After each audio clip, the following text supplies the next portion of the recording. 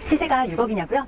에이 설마요. 강남구라니까요. 아침에 창문을 열면 새소리가 들리고 상쾌한 플레음이 나는 싱그러운 집.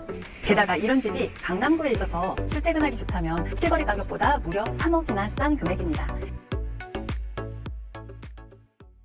안녕하세요. 여러분들께 좋은 정보를 쏙쏙 골라드리는 드림쌤입니다. 여러분은 혹시 숲이 가까이에 있는 집에서 살고 싶다는 생각 해보신 적 있으세요? 아침에 창문을 열면 새소리가 들리고 상쾌한 플레음이 나는 싱그러운 집. 게다가 이런 집이 강남구에 있어서 출퇴근하기 좋다면 한번 살아보고 싶지 않으세요? 오늘은요, 놀라지 마세요. 강남구에 6억 원대로 시작하는 20평대 아파트를 소개해 드리겠습니다. 시세가 6억이냐고요?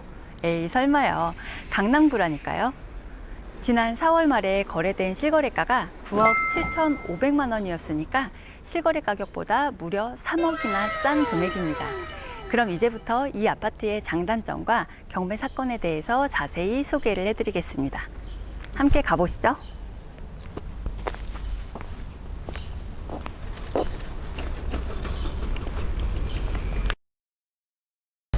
이 아파트는 리조트 느낌이 나서 마치 워크숍을 나온 것 같네요. 이 아파트가 있는 곳은 바로 강남구 자곡동입니다. 자곡동은 숲과 산으로 둘러싸여 있어서 이렇게 조용하고 지금도 새소리만 들리시죠? 평화로운 분위기가 감도는 동네인데요. 얼마 전에 구해줘 홈즈에도 나와서 숲세권 아파트로 소개가 된 곳이기도 합니다. 그런데 얘기를 하다 보니 자곡동이 어디 있는지 궁금해하실 분들도 있겠네요. 자곡동은요, 강남구 수서와 세곡동 중간에 위치한 곳입니다. 자곡동과 아파트에 대한 자세한 설명은 뒤쪽에서 다시 드리기로 하고요. 가장 궁금해하실 경매의 금액과 자세한 내용을 먼저 살펴보도록 하겠습니다. 아파트 중정처럼 꾸며놓은 공간에 나와 있는데요. 주민들이 이용할 수 있는 테이블이나 운동기구처럼 편의시설이 있고요. 나무도 많아서 안쪽 공간도 숲의 느낌이 나는 곳입니다. 이제 오늘 소개해드릴 경매 물건의 상세 정보를 함께 알아볼까요? 먼저 이 아파트는 22평이고요. 6층에 위치하고 있습니다. 금매 가격은 저층 기준으로 9억 5천만 원, 그리고 중간층이 지난 4월 말에 9억 7,500만 원에 거래가 됐는데요. 금매 가격도 비슷합니다. 경매 감정평가 금액은 10억 7천만 원이었고요. 이미 2번이 유찰이 되어서 지금 최저 가격은 감정가격 64%인 6억 8,500만 원 정도입니다. 실거래 가격하고 비교했을 때 차이 기억하시죠? 바로 3억이나 싸게 시작을 합니다. 경매는 최저 가격 이상으로 입찰을 해서 그 중에 가장 금액이 높은 사람이 낙찰을 받고 그 부동산을 소유하게 되는 거, 경매에 관심 있는 분이라면 다 아실 거예요. 만약에 아무도 입찰을 하지 않으면 유찰이 됩니다. 유찰될 때마다 20에서 30%씩 가격이 떨어지는데요. 그래서 시세보다 싸게 살 수 있다는 큰 장점이 있습니다. 이런 이유로 자본이 적은 분들이 관심을 가질 수밖에 없는 게 바로 경매랍니다. 이 아파트는 2주 전 거래된 금액하고의 차이 기억하시죠? 자그마치 3억이나 싸니까 이 경매에 관심을 가질 수밖에 없습니다. 당장 이 아파트를 낙찰받아서 바로 팔더라도 큰 수익이 나는 금액인데요. 세금 때문에 바로 팔기는 너무 아깝죠. 1년 안에 팔면 세금이 무려 77%나 되거든요. 하지만 바로 팔아서 당장 수익화를 얼마를 하는지 따지는 것보다는요, 금매 가격보다 몇 억을 싸게 구입한다는 게 이게 바로 오늘의 핵심입니다. 22평 전세 시세는 약 5억 원 정도인데요. 경매 최저 가격하고는 약 1억 8천만 원 정도 차이가 있습니다. 경매에서 이론만큼이나 중요한 것이 있는데요. 바로 이렇게 좋은 물건을 빠르게 잘 고르고 그 시세 조사를 잘하는 것입니다. 입찰 가격 선정도 정말 중요하고요. 트렌드 옥션처럼 이론뿐만 아니라 물건 찾는 거를 잘 도와주는 코칭을 받는 것, 이 부분이 정말 중요합니다. 이번에는 권리 분석 부분을 한번 보겠습니다. 여기는 임차인이 살고 있는데요. 안타깝지만 대항력이 없어서 보증금을 모두 받을 수는 없습니다. 일반적으로 대항력이 없는 집에 임차인으로 들어갈 때는요, 이 집과 같이 근저당이 높은 곳은 피하거나 월세로 들어갔어야 되는데 이 임차인분은 이런 걸 모르셨던 것 같아요. 그래서 참 안타깝습니다. 그래도 보증금을 모두 날리는 건 아니고요. 일부는 받을 수가 있습니다. 그래서 임차인에게도 다행이고요. 낙찰자에게도 그나마 다행인 셈입니다. 그리고 등기부등본에는 임차인보다 빠르게 설정된 근저당하고 경매 개시, 가압류만 있습니다. 그래서 권리 분석이 전혀 필요가 없는 집인데요.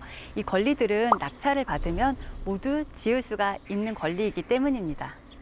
이번에는요, 강남구 자곡동에 대해서 조금 더 알아보겠습니다. 이 자곡동에 2010년대부터 아파트가 처음 생겼고요. 그때부터 아파트 많은 동네로 변하게 됐습니다. 수서역에 SRT가 들어오면서 더 많은 사람들이 자곡동을 알게 되었습니다. SRT뿐만 아니라 3호선과 수인 분당선도 이용이 가능한 수서역까지는요, 차로 5분 거리고요. 버스를 이용을 하게 되면은 15분 만에 갈 수가 있습니다. 앞으로는 자곡동이 조금 더 유명해질 것 같은데요. 수서 역세권 개발 사업이 진행이 되기 때문입니다. 수서역 주변에 상점, 호텔, 사무실들이 들어올 예정이라 자곡동의 근처에도 일자리가 더 풍성해질 것 같습니다. 그리고 위례 가천선이 생긴다는 교통망 발표도 있었는데요. 바로 이 근처에 생길 자곡역이 그 노선에 포함이 되어 있습니다. 이런 교통이나 개발 호재가 있기 때문에 이 아파트의 가치가 앞으로 더 올라갈 것 같습니다.